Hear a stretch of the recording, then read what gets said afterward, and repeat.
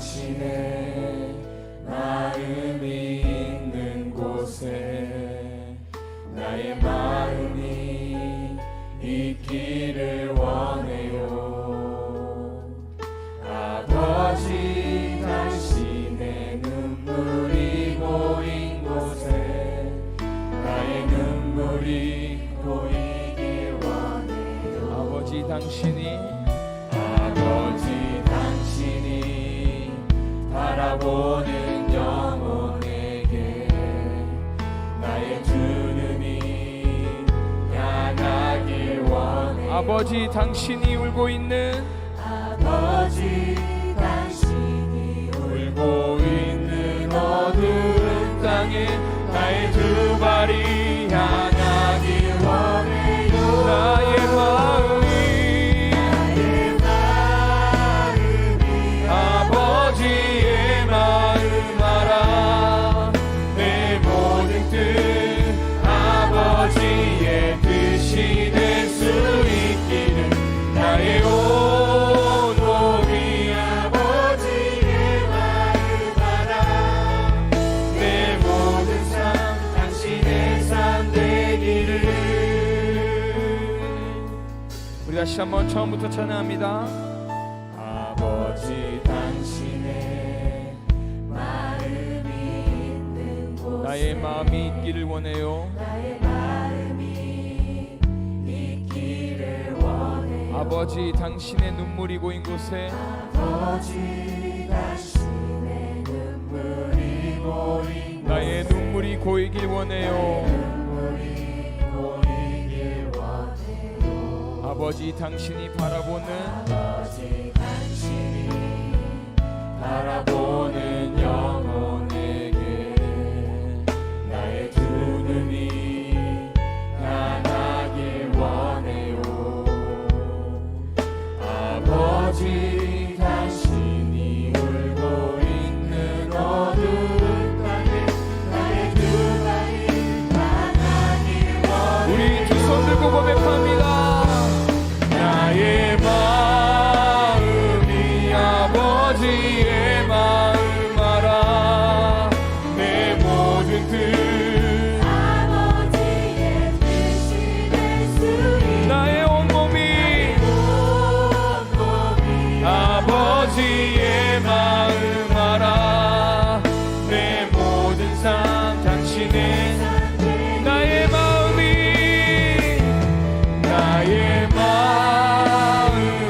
아버지의 마음 알아.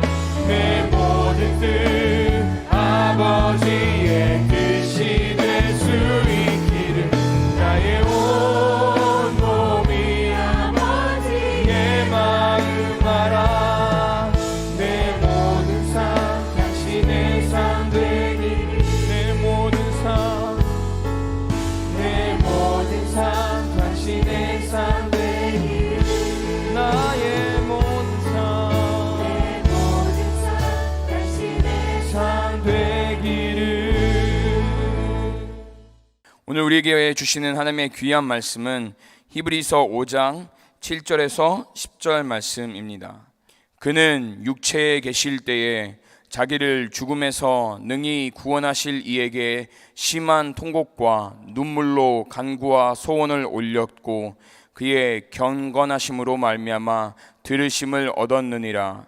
그가 아들이면서도 받으신 고난으로 순종함을 배워서 온전하게 되셨은즉 자기에게 순종하는 모든 자에게 영원한 구원의 근원이 되시고 하나님께 멜기세덱의 반차를 따른 대제사장이라 칭하심을 받으셨느니라. 아멘.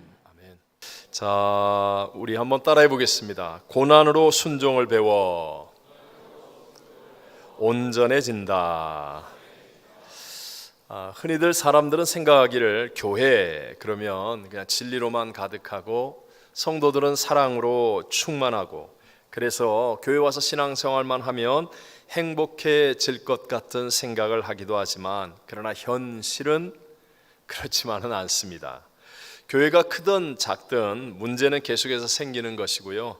또 과거에 아무리 큰 은혜를 받아 승리를 경험했어도 오늘 또 다른 새로운 문제는 계속해서 생기기 때문입니다. 지금 이 세상은 다음 세계를 위한 과정을 지나가고 있는 것으로, 아직까지 이 땅에는 우리를 도둑질하고 죽여 멸망시키려는 원수마귀가 있고, 쉽게 말하면 not yet이라는 거예요. 하나님이 다 이루었다 하신 것을 이 땅에서 완전히 이루시는 게 아니라 다 이루어진 그 다음 세계를 향해 가는 과정, 아직 끝이 아니기 때문에 그런 것입니다. 지난 한 주간 동안도 개인적으로 참 많은 교회들의 문제들과 안타까운 이야기들을 제가 듣고 또 상담을 하면서 하나님께 북미 총회뿐만 아니라 참 많은 교회들을 위해서 뜨거운 마음으로 좀 기도하게 되었습니다. 이 세상은 죄로 타락한 곳이고, 또 우리에게 약속한 다음 세계가 아무리 있다 할지라도 많은 교회들과 성도들이 어려움과 고난의 휘둘림을 당하는 것 같은데, 도대체 어떻게 하는 것이 하나님의 뜻을 이루어가는 것입니까? 사실 이게 제 개인적으로 굉장히 지난 한 주간 동안에 뜨거웠던, 안타까웠던 기도였었습니다. 이런저런 복잡한 마음으로 기도하고 있을 때 제게 한 가지의 아주 분명한 응답만은 임했다라고 생각이 듭니다. 그것은 바로 순종이 승리의 비결이다 하는 것이었습니다. 다시 한번, 무엇이 승리의 비결이다? 순종이 승리의 비결이다. 너무나 분명하게 제 마음의 평강과 확신으로 다가왔습니다. 여러분, 앞으로 저와 여러분이 만나게 될 세상의 상황은 더 좋아지지 않습니다. 진화론의 거짓말에 속지 마십시오. 더 좋아지지 않을 것입니다. 우리 가정의 삶은 더 복잡하고 화목하기가 더 어려워질 수 있습니다. 우리 다음 세대 여러분들의 삶에는요, 더 많은 어려움, 문제, 스트레스들이 더 넘쳐날 수도 있습니다. 직장과 사업도 이전과 같지 않고 쉽고 간단하게 어떤 일들이 이루어지지는 않을 것입니다. 건강과 내 삶도 100세 시대에 얘기하고 있지만, 그러나 우리는 점점 더 약해지는 것을 느낄 수밖에 없을 것입니다. 어제 여러분, 미국의 대통령의 대선 후보였던 도널드 트럼프 전 대통령이 유세 중에 총격으로 피습을 당하는 엄청난 사건이 있었습니다. 물론 기적과 같이 귀를 뚫고 지나가고 두 사람이 그 자리에서 죽기도 했지만, 그러나 이런 사건들이 계속해서 일어나게 된다는 것이죠. 성경이 이미 말씀한 대로 난리와 난리의 소문을 듣겠고, 전쟁과 재난은 적어지는 게 아니라 더 많아질 것입니다. 영적으로도 거짓 선지자들이 더 많이 일어나서 많은 사람을 미혹하겠고, 또 불법이 성하기 때문에 많은 사람들의 사랑은 식어질 것이고, 서로 미워하고 배도하는 일이 더 많이 일어날 것입니다. 그러나 기억하셔야 됩니다. 상황과 환경, 조건은 나빠진다 할지라도 우리 하나님은 그런 자리, 그런 상황, 그런 환경 속에서도 함께하고 계신 분인 줄로 믿습니다. 뿐만 아니라 우리 하나님은 문제보다, 삼부예배라 그런가?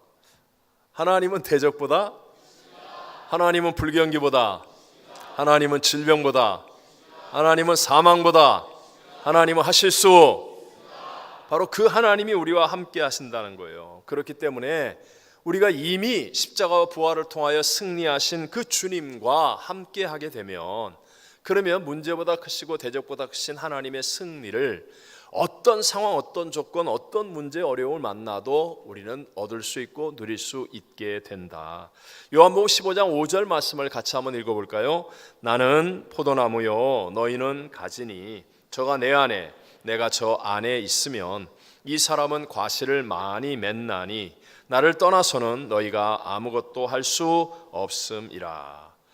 자, 주님이 포도나무고 우리가 가지라고 비유로 말씀하시면서 붙어있는 가지가 되면 저가 내 안에 내가 저 안에 있어서 내 힘과 능력으로는 안 될지 모르지만, 그러나 주님의 은혜와 능력 때문에 열매를 많이 맺게 된다. 그래서 주님을 떠나면 너희는 아무것도 할 수 없어, 이렇게 분명하게 말씀하는 거예요. 정말 우리가 하나님을 기쁘시게 하는 것, 그것은 바로 우리에게 구세주로 오신 예수님과 함께하는 것, 예수님께 붙어있는 것, 예수님이 내 안에 내가 주님 안에 있는 것이고, 그렇게 되려면 반드시 주님을 순종할 수 있어야 한다는 것이죠. 여러분 한번 생각해 보세요. 그림을 좀 그려 보십시오. 자, 여러분이 예수님께 붙어 있는 가지라고 한번 그림을 그려 보십시오.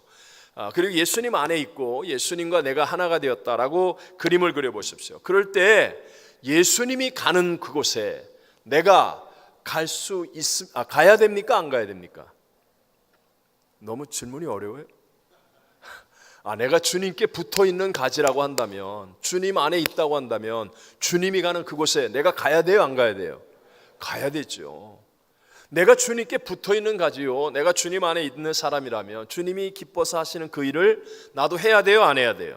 해야 된다는 것이죠. 이게 온전한 하나의 연합, 주님께 붙어 있는 가지, 주님이 내 안에, 내가 주님 안에 있는 것이죠. 유일한 승리의 길. 근데 이게 이루어지려면 어떻게 돼야 될까요?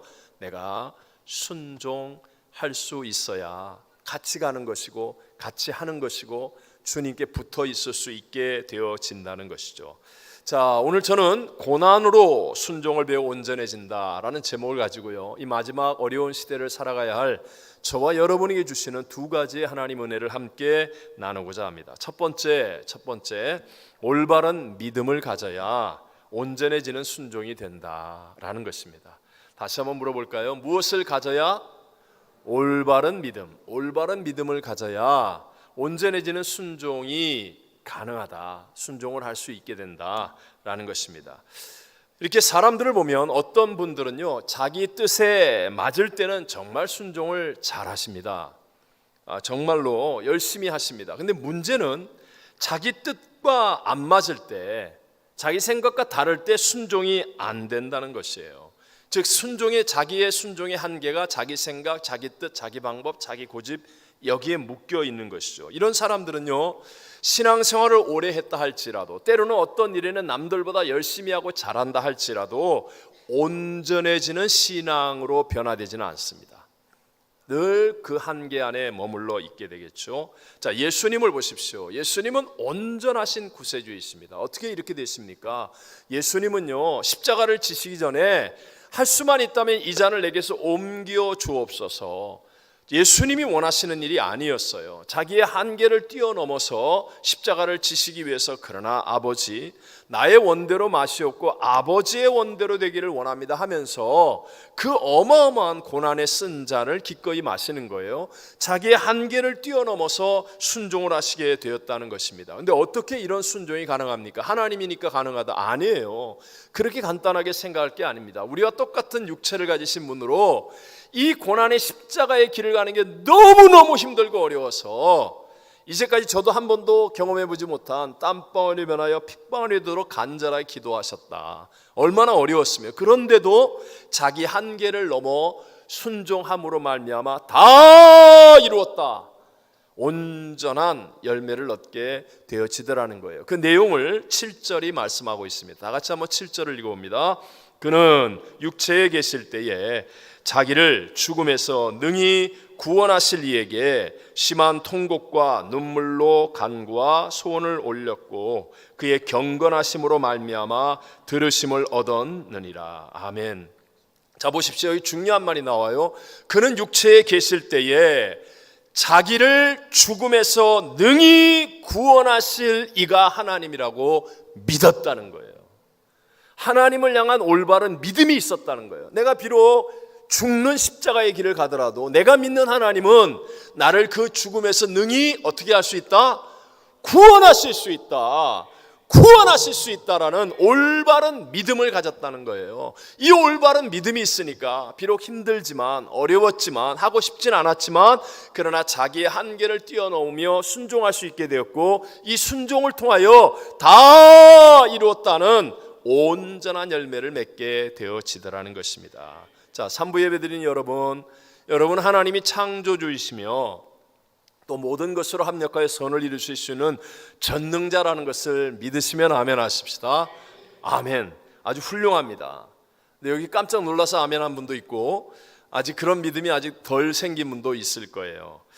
근데 여러분, 우리가 이렇게 하나님을 믿는다고 얘기하면서도 실제 현실에서는 말입니다, 이렇게 하나님을 믿는데 다 합력하여 선을 이루신다 라고 믿으면서도 자기의 한계를 뛰어넘어 순종하는 것이 어려워요. 겁을 냅니다. 불가능할 것이라고 생각하며 지금도 신앙생활하고 있는 분들이 의외로 많이 있다는 거예요. 왜 그럴까요? 이런 분들의 공통점은 내가 진짜 순종하면 그러면 내 모든 것을 다 빼앗길 것 같은 생각이 드는 거예요. 내가 순종을 결심했는데 갑자기 하나님이 내 재산 다 팔아서 헌금해라 이렇게 하실 것 같아. 내가 순종을 결심했더니 갑자기 너 한 달 안에 보따리 싸갖고 저 아프리카 오지에 가서 선교해라 막 이렇게 하실 것 같아. 내가 순종을 결심했더니 내가 진짜 하기 싫은 뭐 빈민촌에 가거나 아니면 어려운 사람을 만나거나 난 정말 하고 싶지 않아 그런 일을 나한테 시킬 것 같아. 또 내가 순종을 결심하면 내가 그렇게 하고 싶었던 것, 어린 시절부터 꿈꿨던 것 뭐 이런 것들을 못하게 될 것 같아요. 그래서 순종이 겁이 나요. 순종하면 다 빼앗길 것 같습니다. 이게 마귀의 거짓말이라는 거 분명히 아셔야 됩니다. 여러분 마음속에 만약 이런 생각이 조금이라도 있다면 이건 마귀의 거짓말이. 물론 여러분 보십시오. 순종이라는 것은 내 한계를 넘는 순종이라는 것은 나는 사실 오른쪽으로 가려고 그러는데 하나님 왼쪽으로 가라고 그러면 처음에는 잠깐 당황하지요. 내가 오른쪽으로 가려고 오른쪽만 생각하고 있었는데 갑자기 하나님 왼쪽으로 가라고 그러면 처음에는 불편하지요. 네? 또 내 생각과 다른 어떤 것을 할 때 처음에는 내가 손해를 보는 것 같겠지요. 그러나 여러분 하나님은 그런 시시한 분이 아니에요. 내가 내 생각의 한계를 뛰어넘어 내 경험의 한계를 뛰어넘어 나의 삶의 한계를 뛰어넘어 순종할 때 물론 분명히 불편하고 어렵고 힘들고 잠깐은 손해보는 일이 있지만 그러나 그렇게 하시는 이유는 더 좋은 것을 주시고 더 위대하게 만드시고 더 놀라운 하나님을 경험하여 더 크게 쓰임받게 하기 위함인 것을 믿으시기 바랍니다. 에베소 5장 6절을 같이 한번 읽어보겠습니다. 누구든지 헛된 말로 너희를 속이지 못하게 하라. 이로 말미암아 하나님의 진노가 불순종의 아들들에게 임하나니. 보십시오. 지금 세상의 정사와 권세를 갖고 있는 원수마귀가 우리를 속이는 거예요. 거짓말의 천재입니다. 그냥 진짜를 가짜로 만들고 가짜를 진짜로 만드는 천재가 원수마귀예요. 그래서 순종하면 다 뺏긴다. 순종하면 너 망한다. 순종하면 너 고생한다. 이렇게 우리에게 거짓말을 하고 있는 거예요. 이 거짓말에 속아서 그래서 우리가 불순종을 하게 되면 하나님의 진노가 불순종하는 사람에게 나타나지 순종하는 사람에게 나타나지 않는다는 거예요. 하나님을 순종하는 사람에게는 하나님의 복이 나타나고 오늘 성경이 분명히 말하는 것처럼 하나님의 진노가 불순종의 아들들에게 나타난다. 불순종할 때 임하는 것이지 내가 순종을 결단하고 순종하면 우리 하나님의 좋은 일 어떤 것도 합력하여 선이 되는 하나님의 놀라운 역사와 나와 함께 하신 하나님과의 동행의 은혜와 복을 누리게 됨을 믿게 되시기를 바랍니다. 자, 올바른 믿음이라는 것은 반드시 말씀을 들음으로부터 시작되는 것이거든요. 여러분 보세요. 자꾸 이렇게 세상이 주는 거짓말에 휘둘림을 당하고 상황과 조건 때문에 우리가 좌절하고 낙심하지 않으려면 우리가 올바른 믿음으로만 이기는 것인데 그러기 위해서는 말씀을 듣고 말씀이 나를 주장하는 삶을 살아가야 한다라는 거예요. 다시 한번 여쭤봅니다. 하나님이 무엇으로 천지를 창조하셨습니까? 말씀으로. 믿으시는 분은 아멘. 하나님이 말씀으로 하나님이 가라사대 빛이 있어라. 그러니까 빛이 있는 거예요. 하나님 말씀으로 창조하십니다. 그래서 태초에 말씀이 계시니라 이 말씀은 하나님과 함께 가셨으니 이 말씀은 곧 하나님이시니라 이렇게 얘기하는 겁니다. 히브리서 11장 3절에 보면 믿음으로 모든 세계가 하나님의 무엇으로 지어진 줄을 알아요? 말씀으로 지어진 줄을 우리가 아나니 보이는 것은 나타난 것으로 말미암아 된 것이 아니니라 라고 말씀하는 거예요. 여러분 무에서 유를 만드는 것이 하나님 말씀의 능력인 것을 믿게 되시기를 바랍니다. 이걸 믿어야 돼요. 그래서 자꾸 말씀을 듣는 겁니다. 믿음은 들음에서 나며 들음은 그리스도의 말씀으로 말미암지 않습니까? 말씀이 내 안에 인풋되게 만드는 거예요. 그러면요 여기서부터 믿어지는 믿음이 되지요. 그냥 아무리 앉아가지고 저를 똑바로 쳐다보고 교회당을 똑바로 쳐다보고 있어도 믿음이 안 생깁니다. 교회를 뭐 맨날 주차장을 왔다 갔다 하고 성전을 왔다 갔다 해도요 하나님 말씀을 듣지 못하면 믿음이 안 생깁니다. 올바른 믿음 안 생깁니다. 자기 착각, 자기 수면에 자기 최면에는 걸릴 수 있을지 모르지만 올바른 믿음은 오직 말씀이라는 거예요. 말씀. 근데 말세가 되면 어때요? 사람들이요 이 말씀을 들을 수 있는 귀가 닫힙니다. 그리고 자꾸만 세상의 빠른 정보, 재미있는 것들이 인풋되는 거예요. 보십시오. 저도 토요일 날이면 저에게 있어서는 거의 정말 굉장한 긴장과 그런 시간들입니다. 제게는 토요일이 제 표현으로는 목숨을 거는 날이에요. 굉장히 많은 긴장이 있어요. 근데 어제 저녁에 가장 긴장의 클라이막스 같은 시간인데 저한테 소식을 딱 보내줬어요. 그게 트럼프 대통령이 유세 중에 총격 피습을 당했다는 거예요. 이 굉장한 뉴스죠. 그래서 제가 그분이 또 유튜브를 또 보내줬어. 그러니까 저는 유튜브를 아주 조심스럽게 봅니다. 거의 90%는 가짜니까. 그래서 보니까 이게 그래서 이거 진짠가? 그래가지고 다른 데를 또 봤어.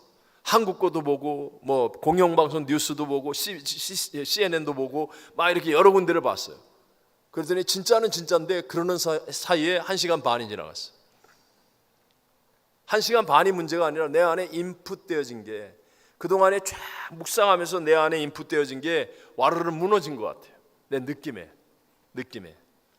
여러분, 지금 여기 앉아 계신 분 가운데 드라마 중독된 분도 있어요. 하루에 드라마를 몇 편씩 봐. 성경은 한 장도 안 읽으면서. 인터넷 중독되신 분이 있어요. 인터넷을 안 보면 못 견디는 거예요. 핸드폰이든 컴퓨터든 쇼츠, 미디어 중독이 됐어요. 세상이 빠른 정보, 우리가 남미에서 일어나는 일, 저 아시아에서 일어나는 일, 그거 우리가 다 알 필요가 뭐가 있습니까?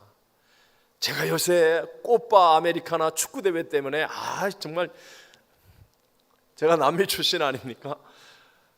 그 축구 대회 빨리 끝나야지 정말. 거기다가 유럽 선수권 대회까지 겹쳐가지고 이거 빨리 끝나야지 이런 생각이 들 때가 있어요. 저도 마찬가지죠. 재미있는 일들. 근데 사실 누가 이기든 나하고 무슨 상관이 있냐고요. 네? 그런데 우리의 마음을 빼앗아가는 이것들이 그냥 인풋되는 거예요. 선점해버리는 거예요. 그러니까 시간 다 뺏기고 성경 읽어야 되겠다는 생각은 머릿속에 갖고 있는데 예배는 드려야 되겠다고 마음은 있는데 그런데 지칠 대로 지쳐서 그거 보느라고 잠 못 자고 그 일주일 동안에 1시간 보자는 게 2시간 보고 그래서 매일 저녁에 잠 늦게 자고 그러면서 지칠 대로 지쳐가지고 어쩌다 한번 교회 와가지고 교회 와가지고 피곤하다고 그러고 무슨 교회 와서 피곤한 거예요? 교회 와서 지금 새 힘이 나는 거지. 정신 차리는 거지. 이렇게 세상이 말입니다. 우리에게 세상의 헛된 것들로 재미있는 것들로 미혹한 것들로 익사이팅한 것들로 우리 안에 인풋시키는 거예요. 선점을 해버리는 거예요. 그래서 말세가 될수록 온 세상이 다 하나님을 대적하는 그런 형편과 환경이 된다 할지라도 이길 수 있는 길이 있습니다. 그 이길 수 있는 길이 바로 천지는 없어도 1.1로 변하지 않는 하나님의 말씀을 내 안에 인풋시키는 거예요. 그러면 이 말씀이 내 안에서 역사하는 거예요. 내가 하는 게 아닙니다, 여러분. 내가 하는 게 아니에요. 나는 여전히 안 됩니다. 나는 여전히 못 이깁니다. 유혹을 못 이기고 중독을 못 이기고 미움을 못 이기고 나의 두려움을 못 이깁니다. 근데 말씀이 인풋되면 말씀은 살아있어요.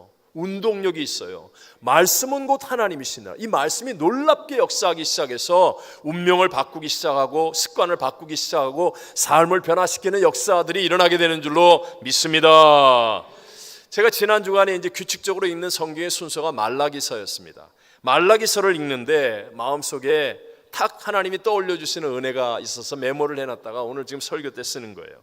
이번 5월 달에 제가 한국에 선교대회를 나갔을 때 마침 제 아내와 함께 그분들을 남미에 계신 그분들을 한국의 그분들이 나와서 식사를 같이 했던 그런 일도 있어서 더 마음속에 기억이 나는 것 같아요. 약 38년 전쯤부터였었겠죠. 제가 파라과이 사역할 때 그때부터 신앙생활을 했던 세 자매라고 유명한 분들이에요. 사실 남미에 계신 선교사님들에게 제가 사역했던 곳을 아는 분들에게 세 자매를 물어보면 거의 대부분 다 칭찬하고 알 정도로 참 신앙 안에서 덕이 되고 좋은 신앙의 길을 가는 분들이에요. 그때 당시가 그분이 고등학생, 큰 따님이 첫째가 고등학생 이제 졸업하고 이제 대학 들어갈 나이, 둘째 셋째가 중학생 이런 아주 굉장히 어렸을 때죠. 그리고 부모님 따라서 이민 와서 처음 이민 와가지고 굉장히 어려운 상황이었습니다. 정말 어렵게 사업을 힘들게 시작하고 있는 그런 상황이었어요. 그래서 부모님은 신앙이 전혀 없으시기 때문에 이 자매들의 교회 나가는 것을 극구 반대하셨습니다. 왜냐하면 제가 처음 사역했던 그곳이 국경 관광지이기 때문에요. 장사가 토요일과 주일날 장사가 되는 거예요. 근데 주일날 교회를 가버리면, 세 딸이 교회를 가버리고 나면 부모님은 뭐 말도 못해 뭐 아무것도 할 수가 없잖아요. 그래서 못 가게 막 말리고 그러는 입장이었을 때였습니다. 근데 이 자매들이 예수를 영접하고 은혜를 받고 나니까 정말 열심히 반듯하게 바르게 교회를 나와서 신앙생활하고, 나머지 날 내가 더 열심히 하겠습니다 하면서 성실하게 했어요. 근데 어느 날 이 자매들이 자기는 고등학생, 중학생이고 지금 먹고 살기 위해 이 사업을 해야 되는데 너무 어렵고 힘든데 하나님이 어떻게 도와주실까, 도와주실 수 있는 길이 있을까 기도하다가 어느 날 설교를 듣고 성경을 읽으면서 11조의 약속이 들어왔습니다. 말씀으로 들어온 거예요. 만군의 여호와가 이르노라, 너희의 온전한 11조를 창고에 들여 나의 집에 양식이 있게 하고 그것으로 나를 시험하여 내가 하늘문을 열고 복을 쌓을 곳이 없도록 붙지 아니하나 보라. 이 말씀이 이 자매들의 마음속에 딱 들어온 거예요. 세 자매의 마음속에 들어와서 이 말씀을 붙들었습니다. 그리고 이 자매들이 그때부터 11조를 하는 거예요. 여기 에피소드가 참 많습니다. 어려운 상황에서 11조 하니까 부모와 막 전쟁이 일어나기도 하고 저한테 막 전화가 와서 뭐 하여튼 많은 에피소드가 있었습니다. 그러나 어쨌든 간에 여러분, 그 고등학교 중학교 다니는 그 연약한 여자 자매님들이 사업을 어떻게 일으킵니까? 근데요, 하나님 앞에 온전한 11조를 믿음의 말씀을 따라 했더니 길이 열리는 거예요. 자꾸 잘 되는 거예요. 정말로 복을 받았고요. 지금 38년이 거의 지났는데도 정말로 끝까지 아름답게 물질로 번성하여 쓰임받는 복 있는 삶을 살고 있는 줄로 믿습니다. 다 시집갔죠. 자녀들이 대학생이 되고 다 크죠. 그런데도 불구하고 그 어려운 상황, 그 어려운 환경들을 극복하는 자매들에게 무슨 사업의 능력이 있어요? 자매들에게 무슨 뭐가 대단한 게 있어요? 이 자매들에게는 없는 하나님의 것들이 임하는 거예요. 말씀으로 말미암아 하나님의 것들이 임하고, 하나님이 길을 열어주시고, 하나님이 만날 사람을 만나게 하시고, 하나님이 역사해 주시니까 끝까지 아름답게 복 있게 승리하게 되더라는 것입니다. 외람된 말씀이지만 우리끼리는 기억하라고 하는 말씀 있잖아요. 다 그놈이, 나만 나쁜 놈 만들지 말고 좀 같이 장단을 맞춰봐요. 그놈이 이건 뭐 굉장히 나쁜 말은 아니잖아요. 할 수 있는 말이죠. 네. 자, 우리 다 그런 세상이잖아요. 조그만 유럽 땅에서 말입니다. 다 그놈이 그놈인데 마틴 루터가 성경을 독일어로 번역합니다. 사람들이 읽을 수 있는 독일어로 번역하자 사람들이 하나님 말씀을 읽기 시작하는 거예요. 인풋되는 겁니다. 여러분, 다 그놈이 그놈인데요, 독일 땅에 학문이 일어나고 음악이 일어나고 과학이 일어나고 신학이 일어나고 가장 번성하고 위대한 나라가 되는 이유가 무엇입니까? 영국이 정말 열악한 환경 속에 섬나라예요. 해적들이 사는 나라예요. 근데 1611년에 킹 제임스 번역 성경을 번역하고 그 말씀을 읽고 전하고 지키는 삶을 사니까 해가 지지 않는 나라가 되는 거예요. 그들에게 능력이 있다? 아니에요. 다 그놈이 그놈입니다. 근데 하나님 말씀이 인풋되니까 이 말씀이 능력이 있어서, 말씀이 지혜를 주고, 말씀이 비전을 주고, 말씀이 용기를 주고, 말씀이 길을 열어주고, 말씀이 역사하여서 나라의 운명도 바꾸는 일들이 일어나는 줄로 믿습니다. 미국이 왜 위대합니까? 하나님 말씀이 인풋되어져서 이 말씀대로 살겠다는 청교도들이 미국의 자유민주주의 헌법을 만들고 모든 리더가 되어서 정신과 사회를 지도하는 일들을 해놓으니까, 그러니까 여러분, 다 그놈이 그놈이지 뭐. 그런데 똑같이 이민 와서 사는 이 사람들인데 이 땅이 번성하는 거예요. 하나님의 복이 흐르는 정말 위대한 나라가 되어지는 것 아니겠습니까? 우리들에게도 동일하죠. 우리 대한민국 5,000년 역사인데 우리 솔직히 해서 5,000년 동안 뭐 했어요? 맨날 배고프고 보릿고개 넘고 굶어 죽고 빼앗기고, 뭐 흰옷 입은 게 그게 다른 옷이 없어서 그냥 그것만 입은 거예요. 지독하게 가난하고 조선시대에 얼마나 냄새나고. 여러분, 제발 그 요새 이 사극 보고 속지 말아요. 뭐 비단 옷 입고 막 여자가 예쁘게 나와가지고 그런 거 없어요. 그런 거 조선시대 때 40%가 종이에요. 그냥 맞아 죽는 종. 그런 옷을 어디서 입어요? 그런 예쁜 얼굴이 어디서 나와요? 다 오늘날 꾸며놓은 거 거짓말하는 거지. 얼마나 가난하고 얼마나 못 살고 맨날 침략당하고 비참하게 살았었어요. 5,000년을. 그런데 하나님의 말씀이 들어오니까 이 말씀으로 말미암아 눈이 열려지고 비전이 생기고 용기가 생기고 역사가 일어나서 이 세계 유일의 분단 국가인 저 조그만 대한민국이 세계 10위의 경제권을 갖고 지금도 큰 소리 칠 수 있는 나라로 번영하게 된, 복을 받게 된 줄로 믿습니다. 우리들도 마찬가지 아닙니까? 제가 말입니다, 우리 교회에서 오래전에 한기다마를 시작할 때, 한기다마를 아시죠? 우리 새벽 예배 때 한 번도 빼놓지 않고 기도하는, 매일 하루에 1시간 기도 5장 말씀 보는 거예요. 5장 말씀 보는 한기다마를 시작할 때, 내가 한기다마를 하자 그러면 막 우리 성도들이 전부 다 막 할렐루야 그러고 막 기뻐하고 좋아할 줄 알았어. 지금도 한기다마를 하자 그러면 인상 써요. 두 사람이. 내가 사실 오래전에 한국에 갔는데 저희 형님이 목회하는 교회에서 그때는 이제 시간이 있어서 그렇게 가 볼 수가 있었는데요. 갔더니 한기다마를 하는 거예요. 이름은 똑같은가 모르겠는데 하여튼 한기다마 하는데 카톡방에다가 주일학교 다니는 아이들이 아침에 학교 가기도 전에 한기다마를 읽고 막 올리는 거예요. 이렇게 은혜 받았다고. 내가 그걸 보면서 와, 충격을 받았습니다. 너무너무 열심히 전도하고 진짜 아니 주일학교 중학교 학생들이 웬만한 교육자보다 더 열심히 하는 걸 보고 내가 충격을 받아서 말씀의 능력이구나. 그래서 저는 좋은 거는 바로 배우잖아요. 그래서 와가지고 우리 교회에서 한기다마를 이제 물론 당장 이렇게 한 건 아니지만 몇 달 동안 기도하고 우리 교회 맡게 해서 한기다마를 하자고 딱 얘기할 때 막 할렐루야 막 그럴 줄 아는데 그냥 전부 다 놀렐루야 그러고 말이죠. 지금도 우리 교육자들은 한기다마를 카톡방에 올리고 만약에 안 하면 벌금 내거든요. 그러니까 이게 한기다마 얘기만 하면 저를 막 완전히 세금 징수원처럼 쳐다보는 없어요. 없는데 막 성경 암송은 어때요? 야, 저는 성경 암송하면 우리 교회가 이렇게 굉장한 몇만 불이에요. 상금을 이거 준다 그러면 막 우리 성도들이 막 발을 구르면서 막 와 할렐루야 우리 교회는 정말 자랑스러운 교회입니다 막 이럴 줄 알았는데 성경 암송하고 상금까지 주는데 성경 암송 대회를 발표하고 나면 그 다음에 웬만한 분들이 저를 피해요. 눈을 깔아요. 저 만나면 성경 암송하냐고 그럴까 봐 눈을 깔고 피해. 이게 현실입니다. 세상의 공중의 정사와 건설을 잡고 있는 원수마귀가 우리에게 하나님의 말씀이 인풋되지 못하게 하는 것. 그러나 여러분, 우리가 어떤 상황, 어떤 조건, 어떤 어려움 가운데 있을지라도 터닝 포인트의 모든 시점에는 하나님의 말씀이에요.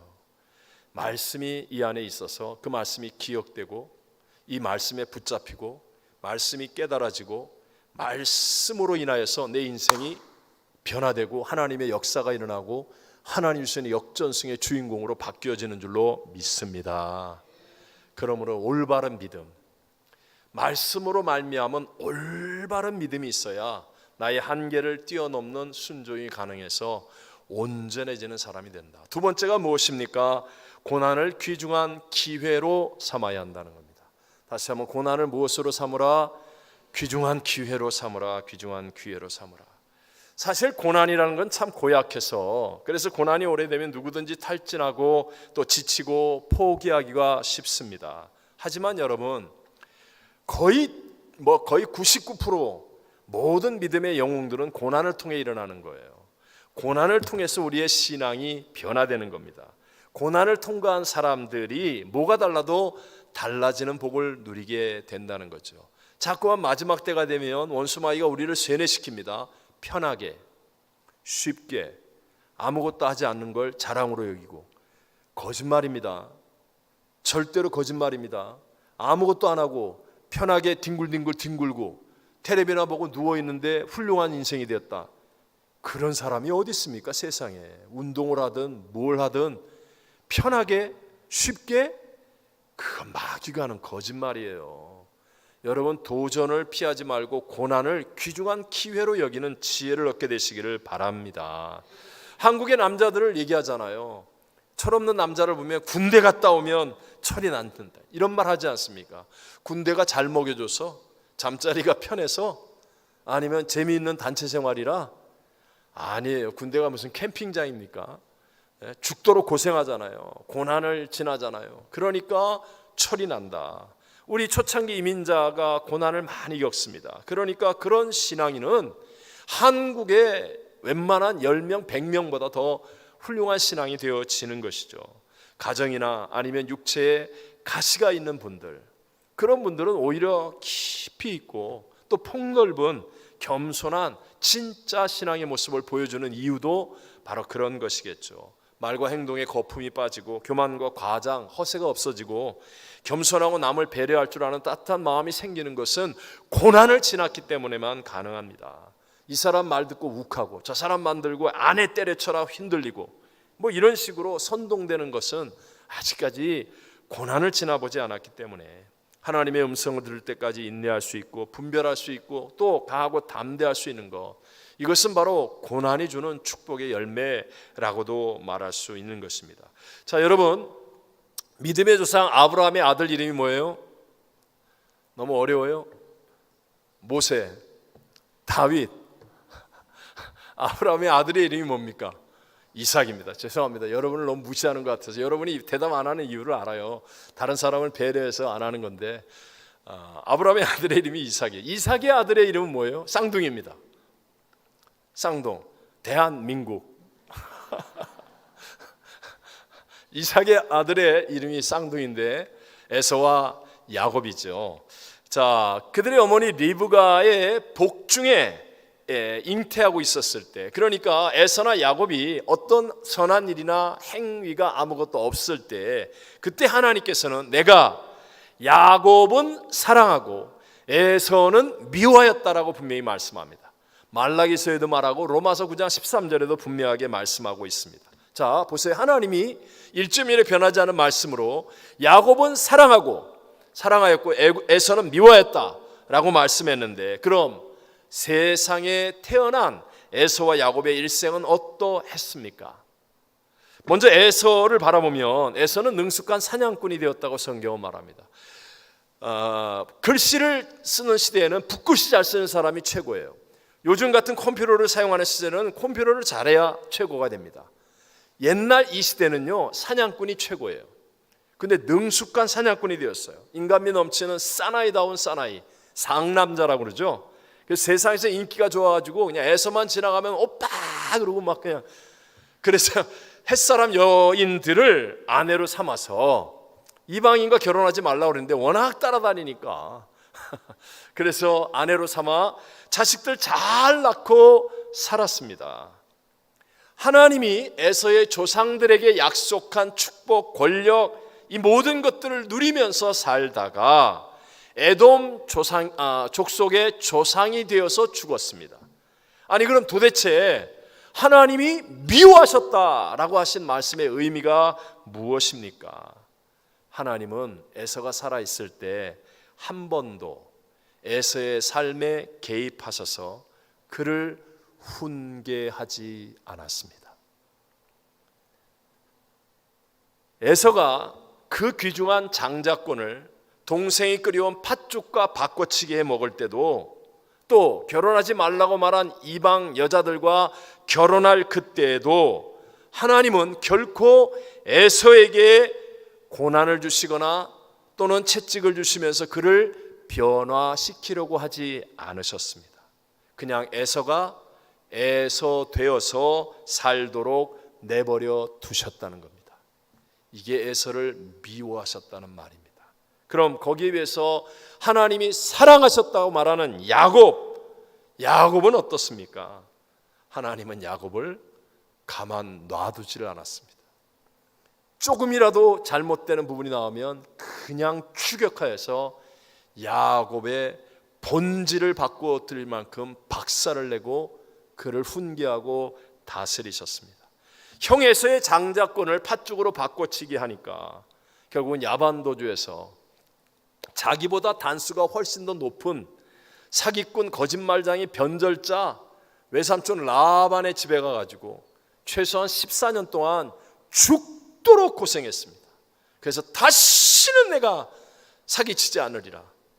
하나님이 완전히 박살을 냈습니다.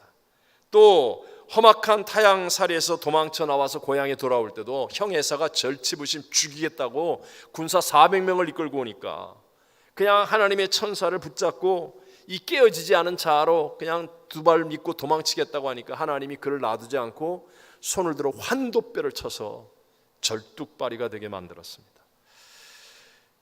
하나님이 약속의 땅 베델로 올라와 하나님을 예배하는 자가 되어야 되는데 세겜에 머물러 있으니까 하나밖에 없는 딸 디나가 강간을 당하고 형제들이 복수국을 벌려서 결국 그 환난 속에 도망쳐 베델로 올라가 하나님을 예배하는 자가 되게 하셨습니다. 큰아들 르우벤이 소모와 통간하는 일도 생기고 사랑했던 아내 라헬이 일찍 죽고 정말 귀중히 여겼던 요셉을 잃어버리는 환난을 겪기도 했습니다. 그가 말년에 애굽의 바로왕 앞에 서서 자기를 소개할 때 뭐라고 얘기합니까? 야곱이 바로에게 아뢰되 내 나그네 길의 세월이 130년이니이다. 내 나이가 얼마 못 되니 우리 조상의 나그네 길의 연조에 미치지 못하나 어떤 세월을? 험악한 세월을 보내었나이다. 여러분, 하나님이 미워한 에서는 그냥 평탄하게 살았어. 근데 하나님이 사랑한 야곱은 진짜로 험악한 세월을 살았다는 이 사실이 무엇을 뜻하는 것입니까? 무엇을 뜻하는 것입니까? 목사님, 저는 말입니다. 교회 주일날 안 나가도 아무 일도 없어요. 뭐 11조를 떼먹어도요 아무 탈도 안 생깁니다. 내가 뭐 술도 한잔하고 뭐 그냥 내가 친구들하고 놀아도 나는 뭐 아무 일도 안 일어나요. 자랑이에요? 목사님, 저는 진짜 이상해요. 남들 다 하는 거 어쩌다 한번 거짓말했더니 금방 그냥 경찰한테 잡혔어요. 금방 이런 일이 생겼어요. 교회 오늘 어쩌다가 수요예배 한번 안 나갔더니 막 교구장이고 지역장이고 전화했고 죽겠어요 나 정말. 여러분, 우리가 분명히 알아야 될 것, 하나님의 목표는요 우리가 그냥 이 땅에서 그냥 뭐 좋은 학교 나오고 좋은 데 취직하고 좋은 사람 만나 결혼하고 잘 입고 잘 먹고 잘 살고 그거 아니에요. 제발 그냥 건강하고 부자 되고 세상에 뭐 하고 싶은 거 하고 여행 다니고 맛집 다니고 나는 참 행복해, 이거 아니에요. 여러분. 만약에 저와 여러분을 하나님의 자녀로 삼으셨다면 하나님은요 우리에게 정말 영원한 다음 세계, 이 다음 세계에 합당한 삶을 살 수 있도록 이 땅에서 우리를 깨우치고 훈련하여 주실 줄로 믿습니다. 이게 진짜예요. 이 땅에서 하나님의 말씀을 붙들고 순종할 수 있는 그리스도의 형상을 닮아가는 사람이 되도록 우리를 가만두지 않는 거예요. 계속해서 추격하시고 때로는 이런 가시, 이런 고난, 이런 아픔, 그러면서 하나님이 나와 함께 하심을 증거하며 우리를 바른 길로 인도해 가시는 것입니다. 자, 여러분, 자기 스스로에게 대답하십시오. 나는 지금 나에게 주어진 건강, 시간, 물질, 재능, 은사, 이것들을 가지고 무엇을 위해서 살고 있습니까? 무엇을 위해? 이제 곧 우리 앞에 펼쳐질 현실인 죽음, 그 이후에 영원한 세계를 준비하며 살고 있습니까? 이건 멀리 있는 일이고 남의 일이라고 착각하십니까? 예수님과 동행하면서 성령으로 충만하여 정말 하나님의 거룩한 영광을 위해서 살아가는 그 일이 비록 힘들고 어려워 보일지 모르지만 그것이 참으로 우리에게 가치 있고 보람된 일인 것을 믿는 자가 되시기를 바랍니다. 자, 오늘 본문 8절과 9절 말씀 같이 읽어보겠습니다. 그가 아들이시면서도 받으신 고난으로 순종함을 배워서 온전하게 되셨은즉 자기에게 순종하는 모든 자에게 영원한 구원의 근원이 되시고. 아멘. 보십시오. 예수님은 아들이세요. 하나님의 아들, 하나님의 본체세요. 그런데도 불구하고 이 육체를 입고 오셔서 받으신 고난으로 순종함을 배워서 온전하게 되셨다라고 말씀하는 거예요. 여러분, 이걸 기억하셔야 됩니다. 기억하셔야 됩니다. 언젠가 우리가 진짜와 가짜가 구별됩니다. 여러분, 진짜 다이아몬드와 가짜 큐빅의 차이가 무엇입니까? 가짜 큐빅은 우리가 얼른 보기에 진짜와 같이 보여요. 근데 딱 놓고 망치로 한번 쳐보세요. 고난이 한 번만 다가오면 그냥 박살납니다. 근데 진짜 다이아몬드는 망치로 쳐도 끄떡없다는 거예요. 끄떡없다는 거예요. 이게 진짜라는 거예요. 고난을 통하여 여러분 진짜 우리의 믿음이 증거되었으면 좋겠습니다. 지난 주일 3부 예배 때 우리 박찬호 목사님이 사회 보셨잖아요. 사회 보시는데 평소와 똑같은 멘트를 하시면서 갑자기 울컥 하셔가지고 나중에 오니까 막 우시는 거예요. 예? 왜 그렇게 큰 은혜가 임했을까요? 왜 그렇죠? 멕시코 갔다 와서 그런 거예요. 3차 멕시코 단기 선교팀 41명을 이끌고 죽도록 고생하고 왔거든요. 일주일 동안에. 네? 아니 7살부터 시작해서 70대 후반까지 정말 41분을 이끌고 죽도록 고생하고 왔으니까, 그러니까 그 고난을 지나고 나니까 똑같은 멘트를 하는데 그냥 은혜가 넘쳐나서 울컥하면서 막 우시는 거예요. 우리 지난 한 주간 동안에 3차 멕시코 단기 선교팀의 간증들을 들었습니다. 진짜 우리 순수하고 맑은 영혼의 JBT 한어 중고등부 학생들의 간증, 야 진짜 막 어쩜 이렇게 잘해? 하나님의 은혜죠, 은혜. 막 나를 들었다 놨다 하더라고요. 와, 내 설교 준비하는데 굉장히 부담되더라고. 네. 우리 청년도 마찬가지고. 네. 또 많은 분들이 영혼을 울리는 그 감동 있는 간증들. 여러분 이 공통점이 뭐예요? 만약에 멕시코에 가가지고 제일 럭셔리한 자동차를 타고 럭셔리한 호텔에 들어가가지고 깡꾼이든지 뭐 아카폴코든지 세계적인 관광지에 가서 해변에서 발 담그고 있다가 그리고 맛집 찾아다니면서 맛있는 거 먹고 와가지고 그래갖고 여기서 간증을 해봐요. 뭐가 나오나 아무것도 없어요. 후회만 나오고 아픔만 나와요. 그런데 비행기 타고 그렇게 어렵게 가가지고 고물 버스 타고 몇 시간을 그 시골길로 달려가서 매일 이 짐짝 같은 봉고에 나눠 타가지고 에어컨도 없는 봉고차, 그냥 롤러코스터보다 더한 그 산길을, 포장도 안 된 산길, 거기다가 비가 와서 낙석이 가득한 낭떠러지 길을 지나서 매일 6시간, 7시간씩 왕복을 왔다 갔다 하고 매일 그 뜨거운 날씨에 낯선 환경 속에서 고생 죽도록 하고 그러면서 하나님의 사명을 감당하고 나니까, 그러니까 겉으로는 고난이었던데 이 영혼 속에서 주와 함께하는 감동과 감격과 기쁨과 은혜가 넘쳐나게 되는 줄로 믿습니다. 네. 여러분 오늘 오후부터 저희 교회 교육자와 간사가정 영성 수련회 합니다. 또 이제 곧 우리 이번 달 말에는 학생들을 위한 창조과학 여행, 또 다음 달에는 장년들을 위한 창조과학 여행 가잖아요. 엄청나게 교회에서 물질을 투자하는 일이기도 해요. 근데 이런 여행, 교회에서 하는 일을 놀러 간다, 편해지려고 한다 이러면 아무것도 안 돼요. 나는 좋은 방 내가 원하는 사람하고만 쓸 거예요. 나는 이렇게 할 거예요. 나는 힘든 거 싫어요. 나는 편하게 갈 거예요. 나는 이렇게. 그러면요 의미 없어요. 아무것도 없어요. 근데 고난의 길이 고난을 만났을 때, 그래 하나님이 나에게 큰 은혜를 주실 기회야, 나는 믿어. 그러면서요 고난을 두려워하지 않고 힘듦을 피하지 않고 내가 감당하기 위해서 가면, 그러면 그 뒤에 하나님의 정말 놀라운 은혜가 우리의 영혼을 사로잡고 남들이 보지 못하는 것을 보고 깨닫지 못하는 것을 깨닫는 간증과 하나님의 역사 속에 함께하는 사람이 되어질 줄로 믿습니다. 성경에 나오는 모든 역사의 장면이 그것 아닙니까? 에스더가 왜 위대한 여인이 됩니까?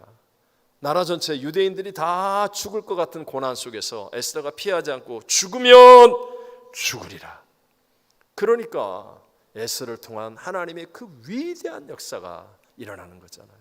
여기 계신 산부 예배 한 분 한 분이 때로는 부엌에서, 때로는 뭐 찬양으로, 때로는 뭐 다른 어떤 일로, 때로는 하나님의 어떤 사명으로, 선교로, 전도로, 무엇이든지 간에 내게 다가오는 고난이 있죠. 고난이 있어요. 내가 먹고 살기도 힘든데, 내가 일하기도 힘든데, 애들 돌보기도 힘든데, 정말 이민생활 너무 힘든데, 그럼에도 불구하고 내게 주신 이 고난을 내게 정말 축복의 기회로 여기는 믿음의 마음을 가지면 그것 때문에 남들이 경험하지 못하는 깊은 세계, 넓은 세계, 여러분의 삶을 축복하는 하나님의 역사하심을 경험하게 될 줄로 믿습니다. 고난의 가치는 영원합니다. 고난의 가치는 내용은 보석과 같이 좋은 것인데 단지 포장지가 나쁜 선물과 같은 것이다. 포장지가 나빠 보일 뿐이에요.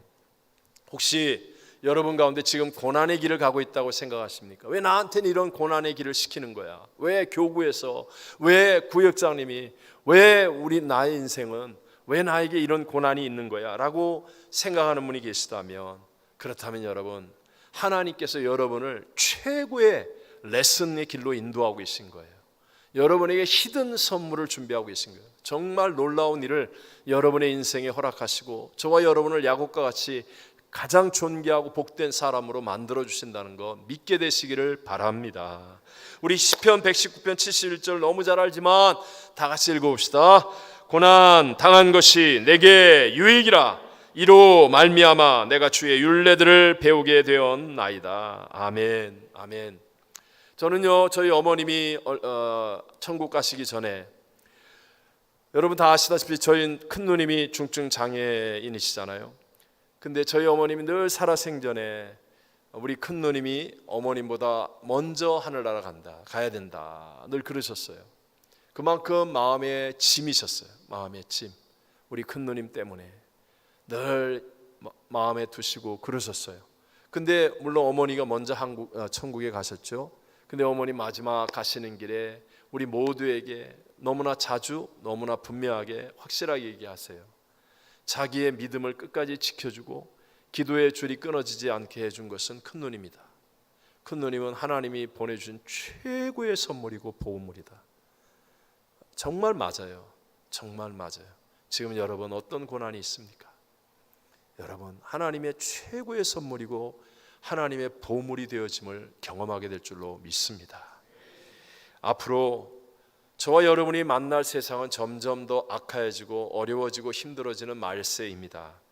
우리가 이길 수 있는 길은 많은 돈, 좋은 위치의 집 이런 것이 아니에요. 그런 것도 필요할 수 있겠지만 진짜는 승리하신 주님과 함께하는 그것밖에는 없습니다. 그러기 위해서 주님과 함께함으로 어떤 상황, 어떤 조건, 어떤 환경 속에서도 위로와 기쁨과 감격이 넘치는 진짜 승리자가 되려면 순종을 배워야 합니다. 순종을. 천지는 없어도 1.1에 변하지 않는 하나님의 말씀을 인풋해서 우리에게 올바른 믿음을 가져야 돼요. 자꾸 하나님에 대해서 삐뚤어진 생각을 가지면 안 되고 원수마귀 거짓말쟁이가 던져주는 말에 속으면 안 되고 하나님의 말씀이 인풋되어져서 올바른 믿음을 가지면 내가 정말 자원하여서 순종하게 됩니다. 그리고 영적 최고의 레슨인 이 고난을 귀중한 기회로 삼 줄 아는 사람이 되어져서 우리 하나님을 체험하고 하나님을 증거할 수 있어야 합니다. 우리 모두 고난으로 순종을 배워 온전하게 되신 예수님처럼 우리 다 믿음의 승리자가 되시기를 주의 이름으로 축원합니다. 축원합니다.